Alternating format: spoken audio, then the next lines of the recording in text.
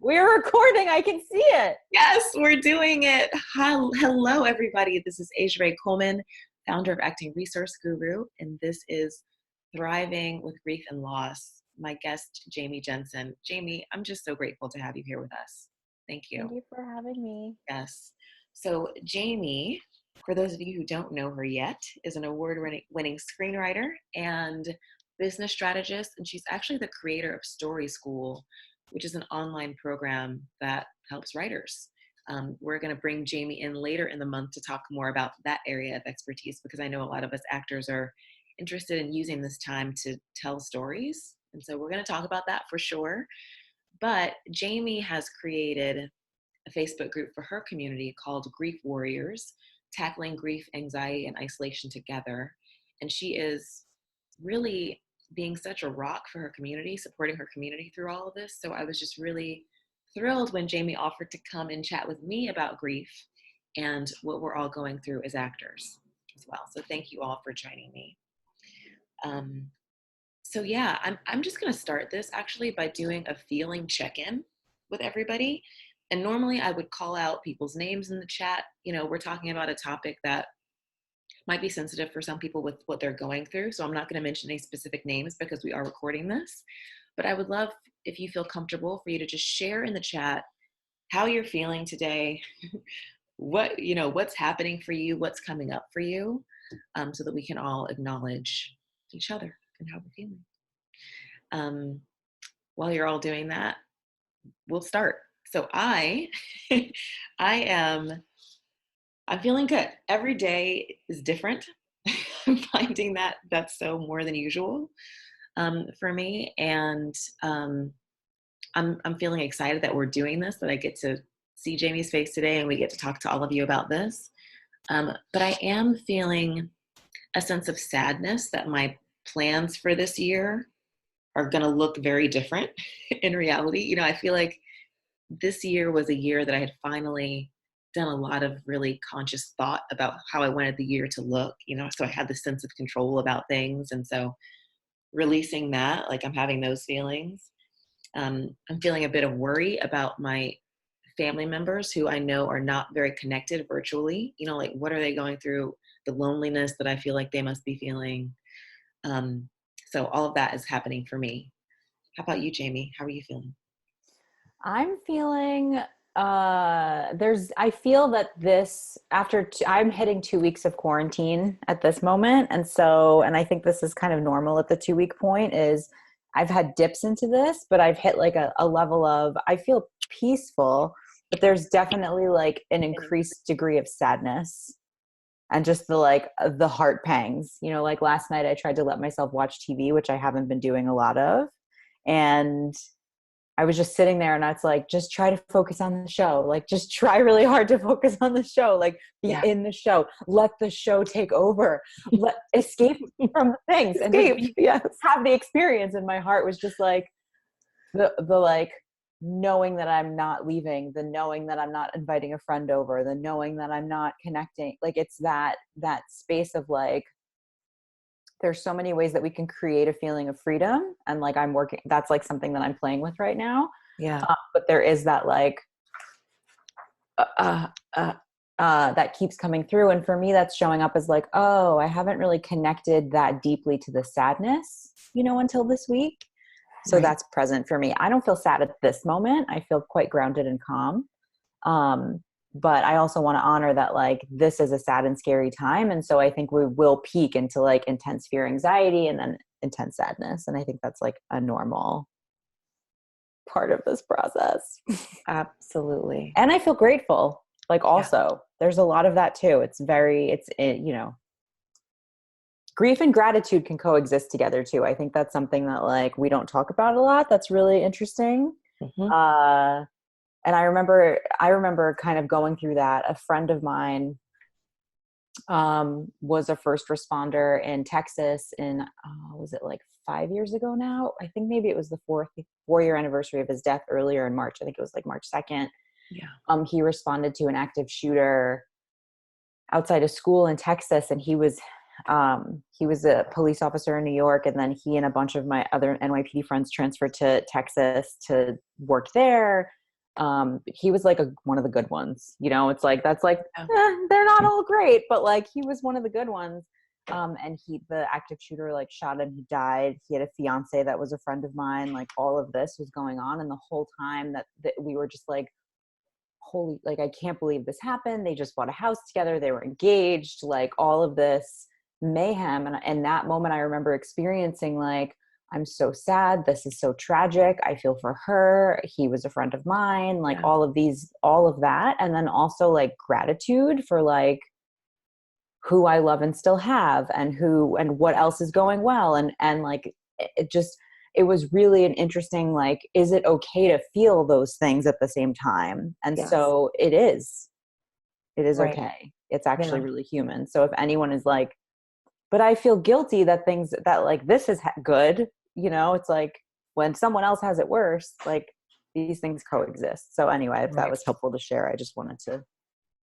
Absolutely. That's Thank where I'm you at. for saying that. I was on a call yesterday with some ARG Pro members, and one of the actresses on the call has a guest star airing this week, and she's feeling really guilty about sharing that, because who wants to talk, like, who cares, right? It was her thought. It's like, well, I mean, people are dealing with literally life or death situations, right? And so who am I to share this? And we talk through it, and I guess my perspective on that, and I'm wondering what yours is that we need to share the joy in our lives as well. And it would personally make me so happy to see her on TV, right? Mm-hmm. And so to not rob the people who love her of the opportunity to share in that joyful moment when we're going through so much. I don't know what your thoughts are on that, but It's and I think what you're touching on too is that like sharing what you're enjoy around or what you're celebrating is actually a gift to the community. And even though it feels inappropriate right now, like one of my cousins posted on Facebook, she's like, I just got hired and I have this amazing new job and I've been wanting it for so long. And I was like, this is the best thing I've seen all week. Like, please celebrate, like show me something we're celebrating right now. And I yeah, think we all need that. And it's yeah, very strange and juxtaposed, but it's also like, it gives us hope. It reminds us that like good things are still happening. It reminds us that like pleasure and joy and feelings of freedom can even exist in a moment that is this sort of uncertain, upside down, unprecedented, yes, absolutely. Yeah. Um, I want to acknowledge some of our attendees in the chat. Mm-hmm. One feels unmotivated because she was doing so much and now she's not doing much, right? We can all identify with those feelings of just like getting up and not feeling like doing anything. Just, you know, which I think Yeah, is Rita. part of it, Totally normal. right? Um, Another attendee who financially struggled last year and was really looking forward to a better year this year. Absolutely. Yeah, that feeling of having plans and then just like buy plans. That feels Mm-hmm. like it has gone out the window, and yeah, to know that we're going to get through it and we'll be stronger from it, but completely being okay to be anxious about your own first personal financial situation. Yeah. Mm-hmm. Yeah. Um, Thank you for sharing those things. Um, Another attendee had a role in a movie that was supposed to shoot today in New Mexico. Yeah. And now the movie may not happen because it may lose its funding. Mm-hmm. Absolutely. All of those real realities. I heard about another actress who booked her first pilot. This is a story I shared in the email where I invited all of you. Moved to Vancouver to shoot the pilot from LA and had to come back home because it's on hold indefinitely, you know? So just really acknowledging those things and acknowledging the sadness that we feel. Mm-hmm. Um, yeah. Yeah. You can also, your higher self can absolutely know that like it will be like there's another side to this, and like maybe it's for me, and like you know you can know that, and still hold space for like this sucks, you know, and like there's loss and there's pain and there's grief. And, you know, one of my best friends and I like to talk about it like you're human in your being. And like your being is like your higher self who sort of like can be outside of you and see what's going on and like knows in that higher conscious level like what's best and like what's a good choice. And but your human is like, right, but I don't feel good about this. Like I don't like this. This sucks. Yeah. I'm having feelings about it. And then, you know, what we want is to kind of create a situation where like those two aren't in conflict with each other and where like your being can hold your human and your human can talk to your being and like they can like you can have both experiences and not spiritually bypass yourself with like right, but it'll be fine, so I'm just going to keep going and like not feel the awfulness of like yeah that sucks, man. Like there are a lot of dreams right now that like we feel like we were so close to that are now like, well, can we just keep living? Can we stay healthy? yeah, exactly. You know, can we stay healthy? Can we get the food that we need? Can we have toilet paper? You know, yeah. In sharp relief, we were so excited today when we saw that Target has toilet paper again. We're like, what? You know, are they open? Do they have toilet? Is it? Can you order it? Can they deliver it? These can deliver toilet, right? Exactly. Instacart is delivering from Target, and they also have their own delivery service. So, yeah, bless. Right. You don't have to keep wiping your butt with coffee filters. Celebration. That's a big deal. So let's talk about. Lasts. Right. Yeah. Exactly. Supposedly the supply chains are pretty strong, so hoping that stays the case. But yeah, who knows, right? And this feeling of uncertainty, and what I'm hoping to do today is provide some perspective on what we should be expecting a little bit as we go through the stages of grief. Can you talk about that a little bit? Yeah. I think that there's a lot of unexpected symptoms, side effects, outcomes, experiences that we don't identify as like, oh, that's grief and that's normal. That like are completely normal. And you guys don't know me, but basically, you know, I lost my dad when I was 20. Obviously, my friend was shot in Texas 4 years ago. And then the love of my life passed away from cancer last March. And he was 31, and like it all happened in a period of 6 weeks. Like he got sick, and then it was like, you have cancer, and then it was like he was gone. And March 8th, this past March 8th was the 1-year anniversary of his death.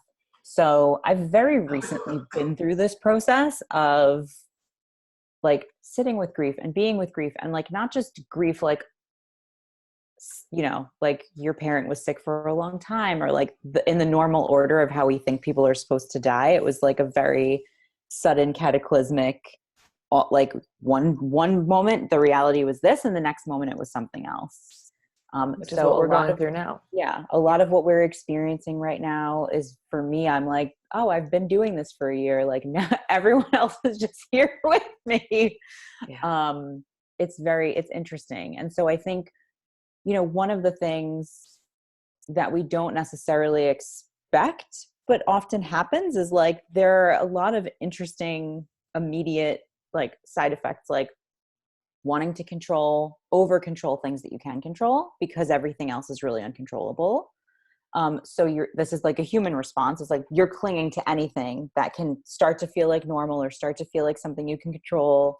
That's like the human response. And in some cases, like, I guess this sort of flows into the denial phase too, of like, it's not going to be that bad, or like, it's not, we don't really know, you know what I mean? But there are a lot of people who like,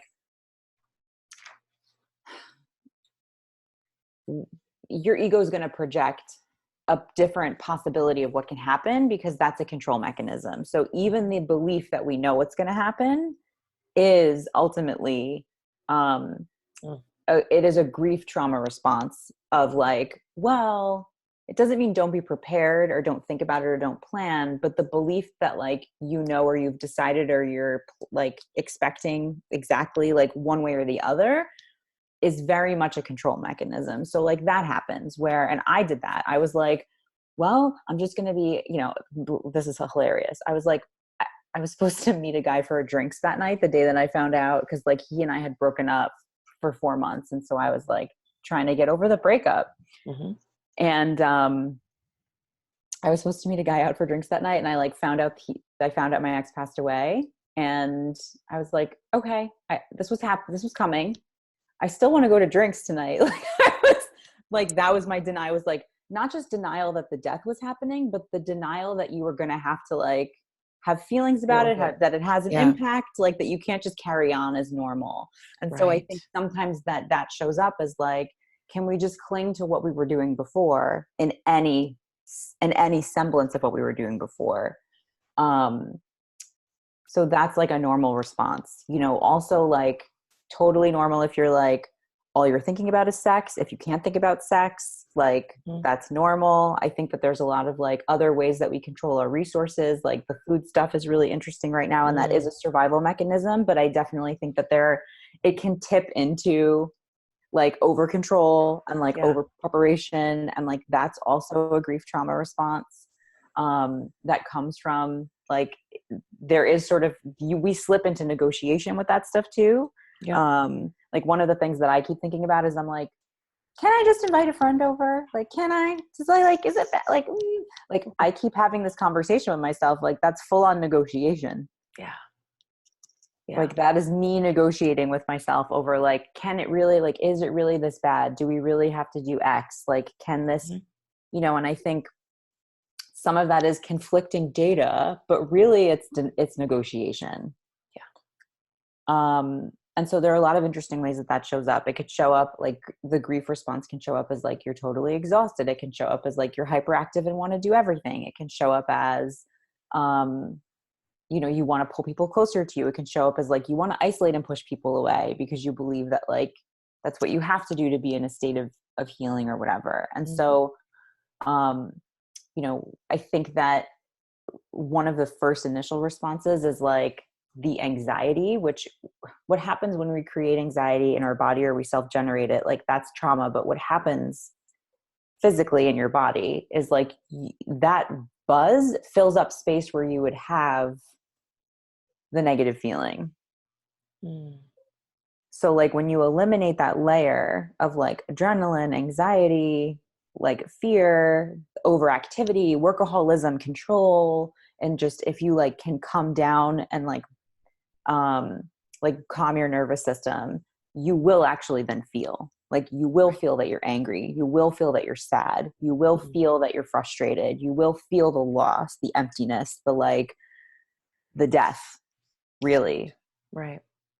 And so we want to avoid that. It's also a survival mechanism for us to be like, I don't have time for feelings, you know, which in some cases is true, you know, until we get to a place where we're stabilized. Like you do need to have shelter, have food, all of that stuff is very real. Yeah. But yeah, then once you stabilize, you then can kind of see like, okay, where am I buzzing just to buzz to avoid the feelings versus like buzzing because like I'm finding something that gives me joy in this moment and like moving forward with it, or finding something that gives me peace in this moment and moving forward with it from an empowered place. Does that make sense? Yeah, it does. It does. So what are some tools that we can use to, I guess, come out of that buzz, right? Or the anxiety buzz. I know a lot of us are there. Yeah. And I also want to acknowledge that like how this shows up for everyone is like different. And it also depends on like your environment, your circumstances, like levels of privilege, like literally like what you have access to, what you don't have access to, like your family situation. Like this is different for everyone. Like I happen to live in an environment where like I live by myself. I'm a single woman without children. And I'm the only person I have to take care of in this moment. So like, I also want to explain that like everything that I'm sharing today is absolutely from like this perspective and not from like everyone's perspective. Yeah. And so I just want to acknowledge, like, even when you ask, like, what can they expect? Like what the truth is, like, nothing isn't normal in this moment. Yeah. So like, Yeah. There's Thank you. there's no response or reaction to grief. Like no matter whether you're in denial, anger, negotiation, depression, acceptance, or like any of the other range of stages that I believe happen. Mhm. Like I think that there's a whole stage of grief where it's just looking back, that's how did this happen? Yeah. Which like you see a lot of news articles about that, but like when someone dies, it's the same thing. It's like, how did this happen? You like trace back your life before the thing happened, and you remember, like you'd spend time looking at like, look at all these texts I was sending before I knew the world was ending. That's normal. Mhm. Like to just spend time there. um yeah, I believe the final stage, I believe that you've processed the grief in a healthy way when you can give yourself the permission to see a future again that you feel positive about. That's my belief. Right. That's like that's how I define like cycling through it. And that doesn't mean that you won't cycle through it daily, Mhm. but being able to come through the feelings and get to a place where you're like, we don't know how, but I'm giving myself the permission to like envision and dream and still have a future and see a future, whatever it looks like, however long it takes to get there. Like if that's something you can give yourself, not like fear it won't happen, but just like that's there and giving yourself the permission, to me, that I feel that that actually is the final culminating moment that where you know, like I've processed through this.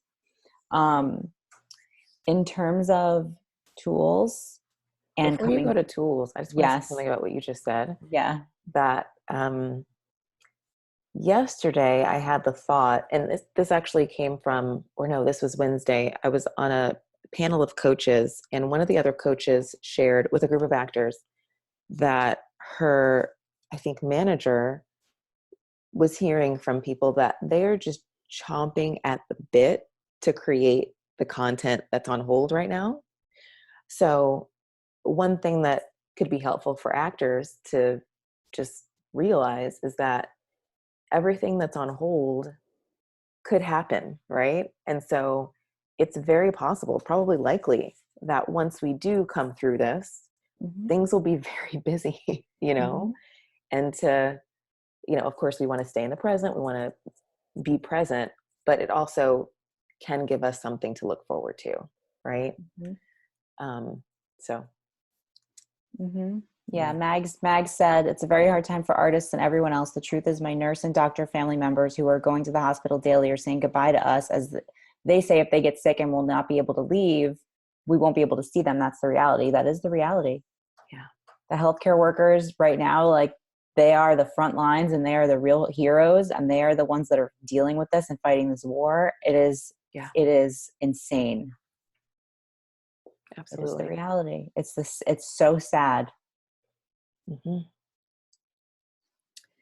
Um, yeah, what you were saying about like the busyness of the industry.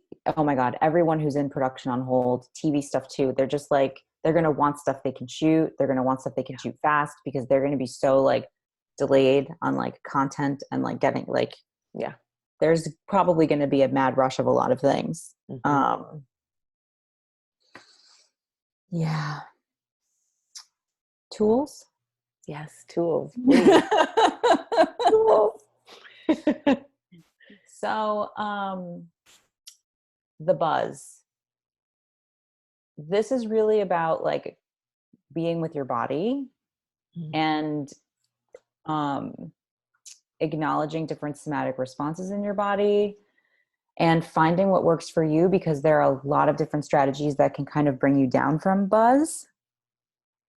Um, I meditate daily. That like helps. It's like the most, everyone's like, oh, I'm gonna just post my meditation to help you guys in these anxious times. Um, but what we can do under quarantine, is we can meditate. We can do practices that bring us back into our body. So like any type of movement, um, touching your own body also is like a very helpful tool, just to like get conscious of like that you're physically here and like what you're feeling where, and like actually just taking space to do that and just being with yourself. Like I think that like step one is like sitting and being with yourself. Yeah. Step 2 is like conscious awareness of what am I feeling in my body and where. Like literally pausing and being like, I'm anxious. What needs to happen? What needs to happen next? Where's this behavior and action coming from? So yeah, literally sitting and being with your body, touching your body. If you're having a panic attack, something that can help is like holding ice, like literally just putting something freezing cold in your hands can like jolt you out of a really anxious state, because it pulls you out and pulls you back into your body really quickly. Right. There are a lot of different breathwork techniques that can help. I have a breathwork healer who does a donation-based group virtually, and I can get that link over. That I would highly recommend his stuff. He's amazing. Okay. And he does groups weekly that were in person, but I believe he's moving virtual, that are donation-based entirely. And I was working with him in person, and so I'm doing those groups regularly. That type of breath work that he teaches, it's the David Elliott style, and it really does help unlock trapped emotions. I'm trained to do that breath work, and I do it with some of my clients, but at this time, that's not remotely my focus. Yeah. But I really like getting yourself to a place where you are changing how the energy is moving through your body. Breath work is one way. Putting hands on your body, hugging yourself, touching yourself, movement of any kind. And a strategy that like is super easy to implement right now that I think is helpful is free writing and automatic writing, which I recommend, like even for my writing clients, for my story clients. My connection with writing it happens to be very spiritual for me. Mm-hmm. It always has been. But in times of high anxiety, I've also found that I can actually write myself calm. Right. So if you have a journal and a pen and you're willing to set a timer for 10 minutes and just let yourself vomit out all of the things, like, this is what I'm worried about, this, and have that conversation with yourself. And then you'll see your human and your being showing up, because it gives you a space to have a conversation and sort of like coach yourself and work with yourself. And so, these modalities are different. Some are more about like somatic work, which is really important with trauma and working with your nervous system and like getting the buzz down. I've been taking baths every night. That's something else that like, it just brings me into my body and like grounds me. But I like showering is another one. So anything that like pulls you physically present and out of like the future and the past. Yeah, those are probably the things that I think are the easiest to start implementing under quarantine that can be most effective. Waking up in the morning and checking the news, like you need to know what's going on, but waking up in the morning, taking a 5-minute meditation and then free writing for 10 minutes is probably going to set you on a better nervous system path to then receive the news and then make conscious decisions instead of reacting out of fear or anxiety. It also gives you space to be like, I'm going to sit with how much this sucks and I'm going to cry about it. I'm going to cry about the fact that I'm scared. I'm going to let myself have space for that. And then I'm going to pull my power back. And I'm going to ask myself, like, what can I do today? Yes. Wonderful. Yeah. Because like when you're grieving, the other thing that happens is you have reduced capacity. It's not even just the quarantine thing. It's not just like, well, we can't do what we were doing before because we have these actual limits. It's like you actually have emotional limits. Right. Because you don't have the same like energy. You don't have the same, like, because you're going through like constantly really like coming to terms with the fact that like you're letting go of so much, and there's a lot of hard stuff happening that's worth being upset over. Yeah. Especially if you're an empath, which most artists are. Like we feel everything for everyone. So we're over here feeling all this collective pain and turmoil. And if we don't hold space to process it out, like it's going to create more dis-ease in our lives. Right. I was having this experience. I've been sharing this with you, Jamie, that especially last week in, week 1, it was like, there were so many things I wanted to do. I wanted to coordinate a speaker series. I wanted to do create a schedule guide for actors. I wanted to do all of these things to help, right? And that's like a trauma response to like jump into action.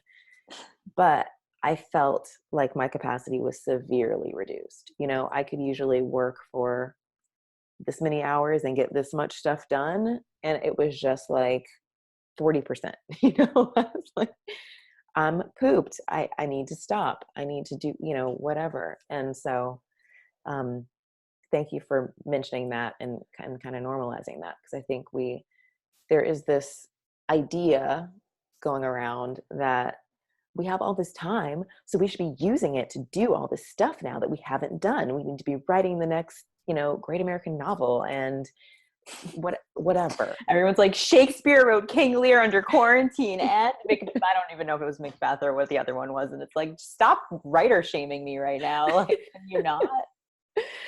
Absolutely. Yeah. Yeah. I'm like, yeah. Something else that's helped me, and I see that Dana Middleton is on the call right now, is EFT, emotional freedom technique, tapping, that self-soothing. We're actually bringing Dana in a couple of weeks a week and a half to talk about that. Amazing. Yeah. Tapping is a very effective practice that I have never effectively used for myself, but I know it's amazing. So good. Hi, Dana. Yeah, I want to say like, it's great to use this time to get stuff done that you want to get done, or to focus on things that are soothing to you. If it is soothing to like obsessively clean your house, to like obsessively organize, to have a project, like we do have to put our worker bee energy somewhere, especially if we're generators or manifesting generators in human design, which is like a whole other conversation. It's like your generator is going to be like, I need to be doing things. I'm such a manifesting generator. Yep. Yeah. Those will be the people too who are like, sex. What's happening? I need to create. What's going on? I need to generate. Yeah. So what I want to say about that though is like, that's okay. Like, we're not shaming you wanting to take action, but what matters is like, get yourself to a place where you're stabilized, and as much as you can, like, make those choices from a conscious, empowered place, and not from a place of like, I'm afraid that I'm not going to get enough done during this quarantine. And now that I have this space I never had and I'm not doing anything else, I should be using this time to do all of these things. And it's like, that's actually not real. Right.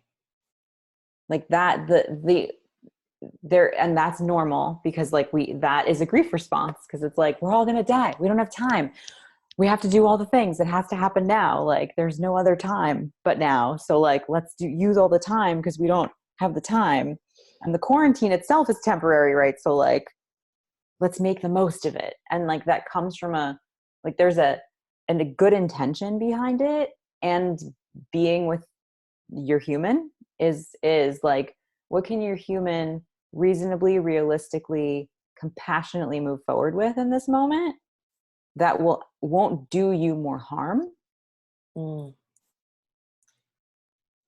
That is honoring the limited capacity, that is honoring the challenge of these feelings, and still allowing you to find and create what beauty you can in this moment. Right. Yeah, I think that's so important. Yeah, I read a Harvard Business Review article that I will share as well, but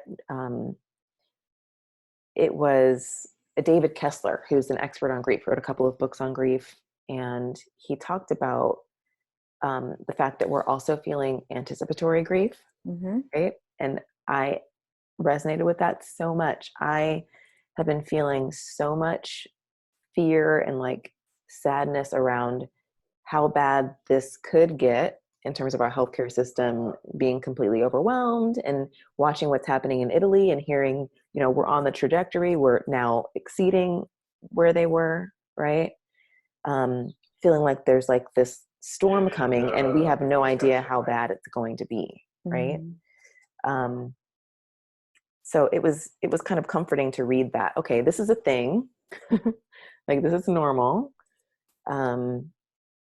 And because there's this feeling that we've kind of collectively lost our sense of safety, that's kind of another way that we could be feeling grief. Mm-hmm. Yeah, that's the mass trauma. That's like everyone's being traumatized. Right. Yeah. Yeah. It's really bad. I'm smiling because I have a spirit with me that is clearly has a sense of humor about all of this right now. So it's not that I think it's funny. It's I I'm a comedy writer and this is just my response to life. Yeah. Yeah, I mean, this is ultimately like it's a collective facing death. Mm. And death is always coming for us. Like in reality, like the reality of being a human is that we are mortal and death is always like there. Mm-hmm. But right now we're all looking at it. We're all looking at it and being like, is it coming for me now? Is it coming for me in 3 weeks? Is it coming for my family, my loved ones? Like, is it coming for the healthcare workers I love and care about? Is it coming for businesses that I care about and want to support and don't know how to continue supporting? Like, Yeah. like, is it coming for the career that I've been building? Like living in the unknown, like, and facing the unknown, like, is that amorphous space of chaos that's the same. That is death. It is the great unknown. So again, and this isn't like a spiritual bypassing. It's just that with that comes all of the grief. The like, is this really what's happening? Does it really have to be that bad? It's just really, it's the ultimate wrangling with the unknown.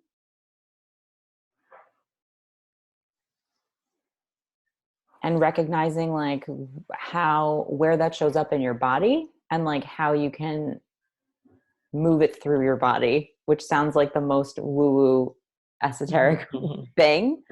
But that is grief. That is grieving when you're actively doing it and you're processing it. And here's the truth about grief and like being good at grieving.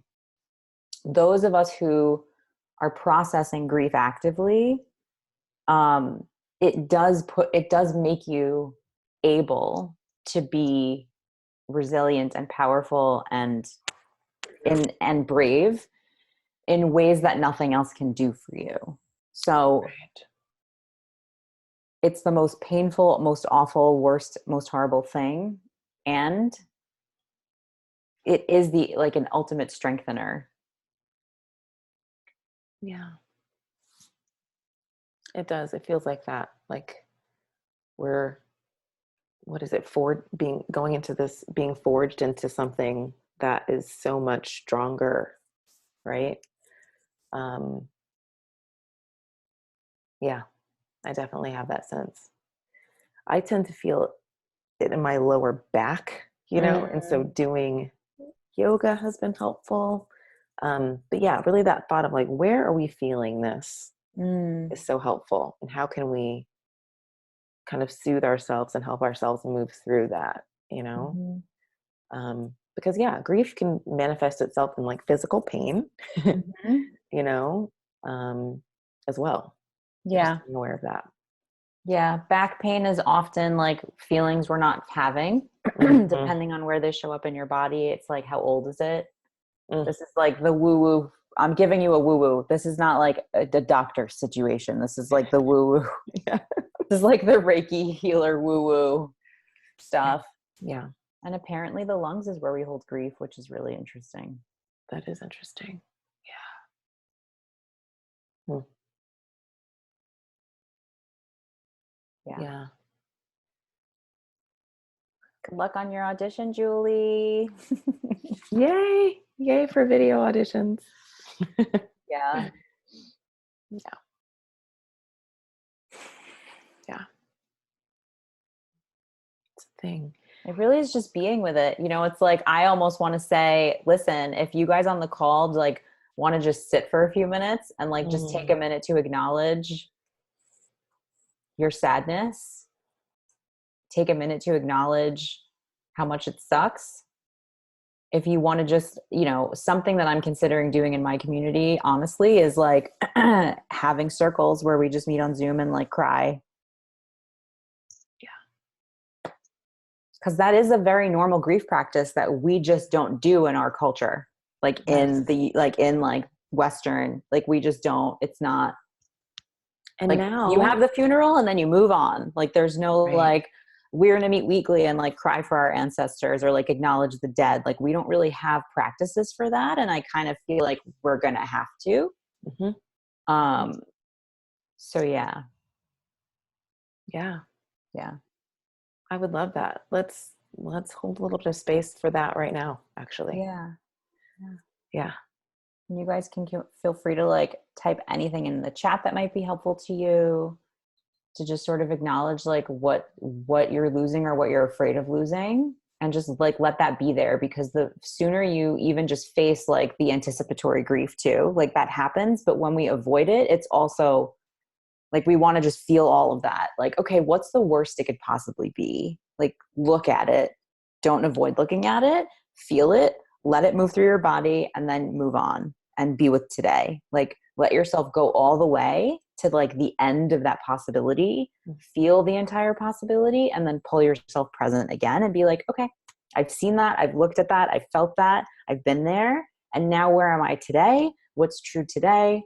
What can I focus on today? And like, what's a baby step that I can take to move myself forward in reduced capacity? Right.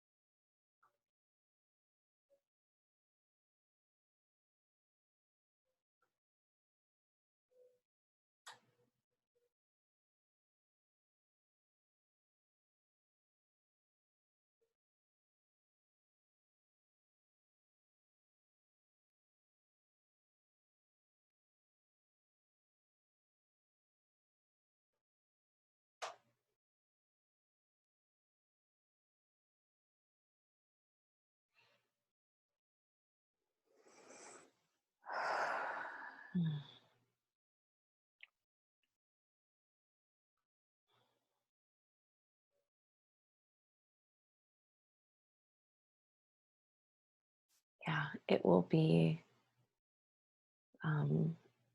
so interesting to see what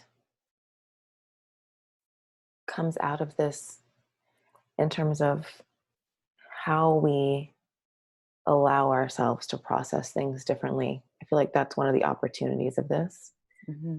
you know? Yeah, what you said about the way that it's so often in our culture, okay, this happened, now on to the next, you know? It's really forcing a collective slowing down of all of that. And um, and I have to say, I am grateful for that. I am, you know, yeah. I feel like a lot was just released collectively in this group right now. Mm, By the way, I don't know. I just felt like that right before you started talking, I felt like a shift and I was like, yeah. yeah.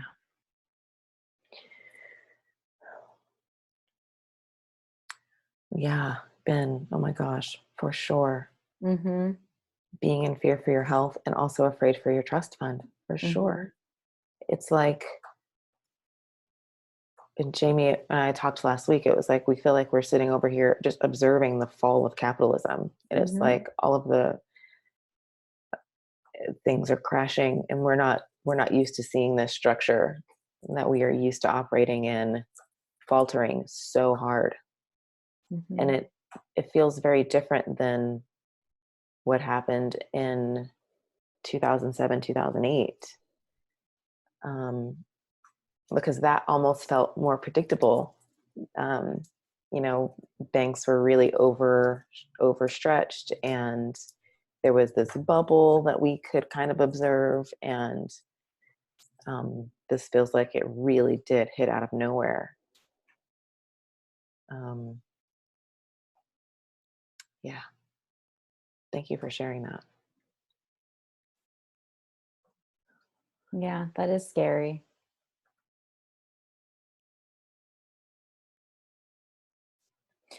Something I work with my clients on a lot is we do, this was, I mean, even before this, I do the like, what's the worst scenario? Like, just go, take me there.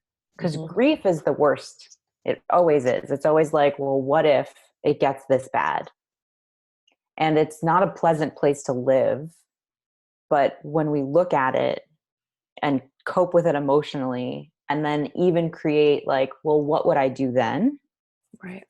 It forces us to access like our inner resources and our inner power Mm. and kind of see that like, well, this is what would be then. Like, this is how I would deal with that. This is what I would do, I think. Um, and just to sort of see and know, like, you know, sometimes it's helpful to let yourself just go to all those possibilities because avoiding them is more energetically demanding than trying to avoid them. Even if it's just your imagination, you know it's anxiety and you're just like making it up. Like, oh, I'm just making up this story right now. Like, that's fine, but it wants attention. And so if it's really asking for attention, ignoring it and avoiding it is harder than just sitting with it and being like, all right, so I want to thank you for sharing that, Ben. And even though it's not pleasant, you're not going to like me for this, you know, I have no idea what's going to happen. No one does. And anyone who like, no, I don't, I'm intuitive AF and like, I don't know. I have senses and feelings, but I don't know. No one does.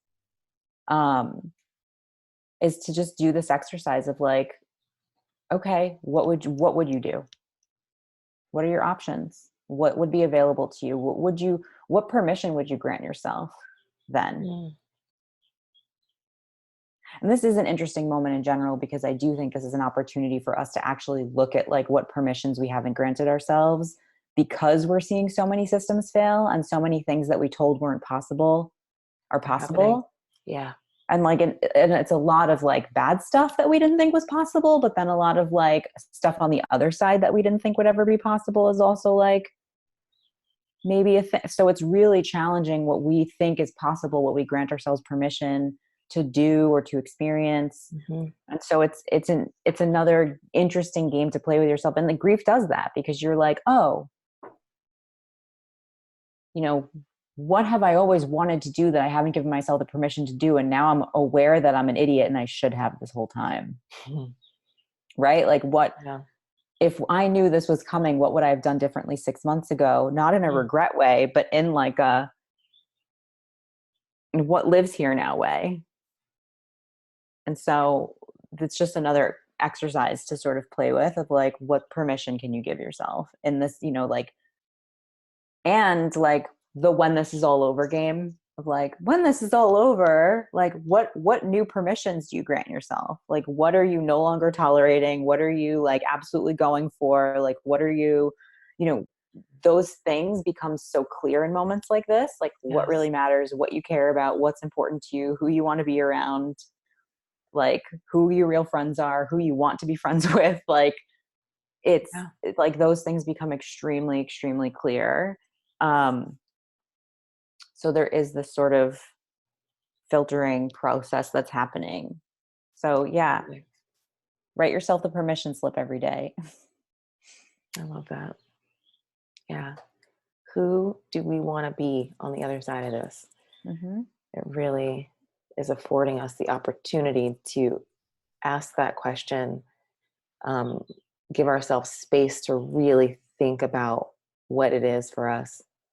And yeah, you're right. It does offer a lot of clarity in ways that I never could have imagined before. Yeah, absolutely.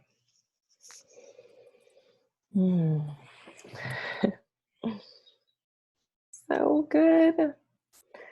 I want to offer, the opportunity for folks to ask questions if you have any. Mm-hmm. Pop them into the chat. I think that, we've talked about managing this. Participatory grief. Yeah, I think all of the things that I wanted to ask you, I have. Just for all of you on the call, I have put together a series of just talks like this where we can connect. It's so good to connect with all of you, but also get various resources in terms of dealing with what we're dealing with right now. Next week, we'll have a class on just things that we can do as actors to stop feeling powerless and start feeling productive, or as productive as you want to be during all of this. So I'll be teaching that. And we're bringing in Dana Middleton to talk about using EFT tapping to release stress and find balance. Jamie will be coming back to talk to us about writing, in case you're feeling like that's something that will give you joy at this time. Miyata Adoga is someone that I know a lot of you know. She is going to talk about managing your finances in uncertain times. I have a yoga health coach named Paula Pister, who has been a guest for ARG before on our blog. She's going to talk about essential habits and tools for strengthening your immune system during this time. And then we'll have Joanne Tucker in to talk about trauma, which I'm really excited about. So yeah, any of those kind of strike your fancy. Yeah, Caroline, love Miata. She's amazing. Yeah, Laurel, who do I want to be in this moment of now? Yeah, as we're starting the new us. That's so great. Yeah. Yeah. All right. Yay. Thank you all so much. Thank you, guys. It's been fantastic. Yeah. Yeah. Yeah. And Jamie, so much gratitude for your wisdom, just sharing with us so openly about what you have experienced personally, and really using that to help so many people during this time. I just am so grateful to you for that. Thank you. Thank you. Yeah. I'm just a human who knows what grieving is about. Yeah. Hey, it's just so helpful right now. So thank you so much for having me, and thank you guys so much. I hope it was helpful. Yay. All right. See you all soon. Bye-bye.